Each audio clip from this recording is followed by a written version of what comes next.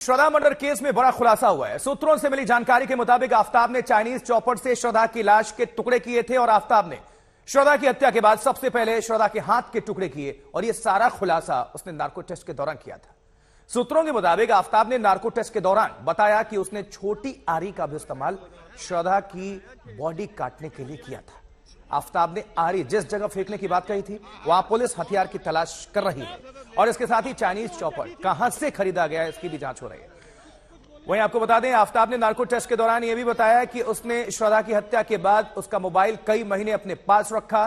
Mumbai police ने जब उससे पूछताछ के लिए बुलाया था तब भी श्रद्धा का मोबाइल आफ्ताब के पास ही था। बाद में मोबाइल फोन उसने मुंबई के समंदर में फेंक दिया। पुलिस ने आफ्ताब के फ्लैट से कई धारदार हथियार बरामद करने का दावा भी किया है और साथ ही पुलिस ने दावा किया था कि उन्हीं हथियारों से श्रद्धा की बॉडी के टुकड़े किए गए थे। तो चाइनीज चॉपर का इस्तेमाल बॉडी पार्ट्स काटने में, टुकड़े टुकड़े, और आफ्ताब के लोकेशंस पर जो उसने खुलासा किया था, जो उसने बताया था, पुलिस लगातार खंगाल रही है। चूंकि सबूत इकट्ठा कर रही है पुलिस और हर जगह वो जा रही है जहां भी उनको शक है, अंदेशा है कि वहां पर बॉडी पार्ट्स फेंके गए होंगे या हथियार फेंके गए होंगे। और मोबाइल फोन,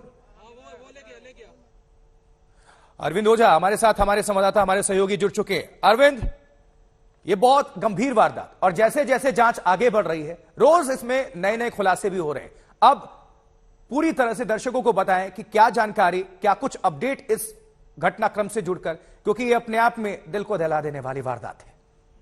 जी बिल्कुल, देखिए आशुतोष, दिल को दहला देने की वारदात है और ये ऐसी वारदात है जिसमें दिल्ली पुलिस जो है वो सबूतों के नाम पर खाक छान रही है।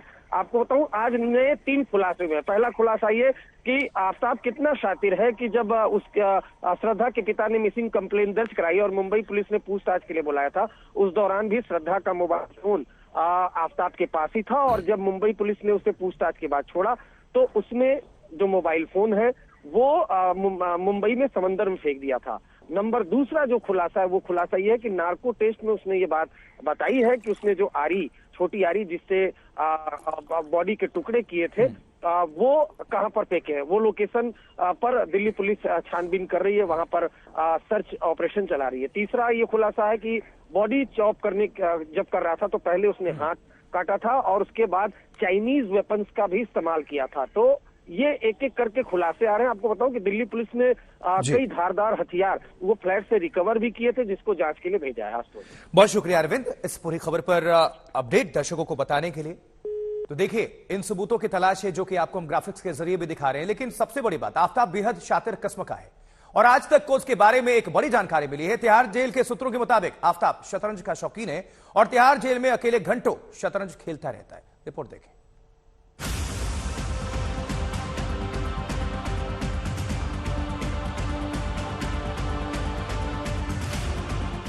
तिहाड़ में शातिर आफ्ताब का सबसे बड़ा खेल। तिहाड़ की चारदीवारी में आफ्ताब की बिसात और शातिर चाल।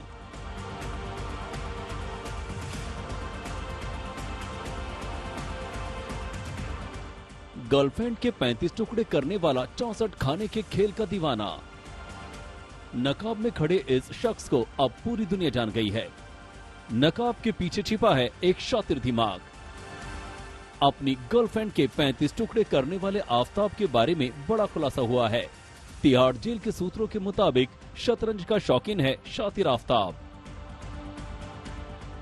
जेल सूत्रों के मुताबिक तिहाड़ की जेल नंबर 4 में बंद श्रद्धा हत्याकांड का आरोपी आफ्ताब जेल में वक्त बिताने के लिए शतरंज खेलता है। बताया जाता है कि आफ्ताब घंटों अकेले ही जेल में शतरंज खेलता रहता है। वो खुद को ही शह देता है और खुद ही मात खाता है।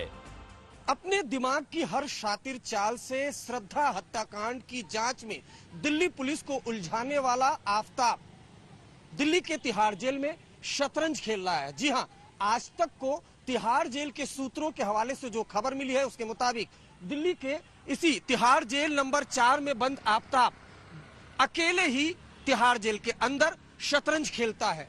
वो हर चाल खुद ही चलता है।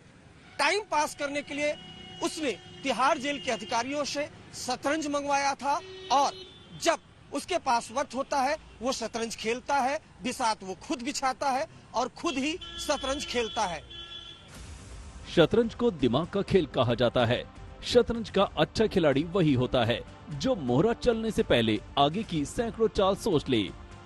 श्रद्धा के मर्डर और अपने जुर्म को छिपाने के लिए आफताब ने जो शातिर चालें चली हैं, उससे साफ है जुर्म की बिसात पर आफताब पहले से कई चालों को सोच चुका था। उसने दिमाग के 64 खानों में ये फिट कर लिया था। श्रद्धा मर्डर केस का खुलासा होने के बाद उसे कटघरे तक पहुंचाने के लिए पुलिस कौन कौन सी चाल चल सकती है और पुलिस की चाल को वो कैसे अपनी चालों से काट सकता है। शवों के 35 टुकड़े कर अलग अलग जगहों पर फेंकना, कत्ल के हथियार को ठिकाने लगाना, श्रद्धा के मोबाइल फोन का पता न चल पाना, इन तमाम चीजों से साफ है शतरंज के खेल की तरह जुर्म की जिंदगी में भी आफताब शातिर खिलाड़ी था। अब दिल्ली पुलिस उसी का हिसाब कर रही है। पॉलीग्राफ टेस्ट के बाद नार्को और अब पोस्ट नार्को इंटरव्यू, आफताब की एक एक शातिर चाल पुलिस डिकोड कर रही है ताकि शतरंज की बिसात से जुर्म तक पहुंचने वाले इस खिलाड़ी को उसके किए की सजा मिल सके। अरविंद ओझा, दिल्ली आज तक।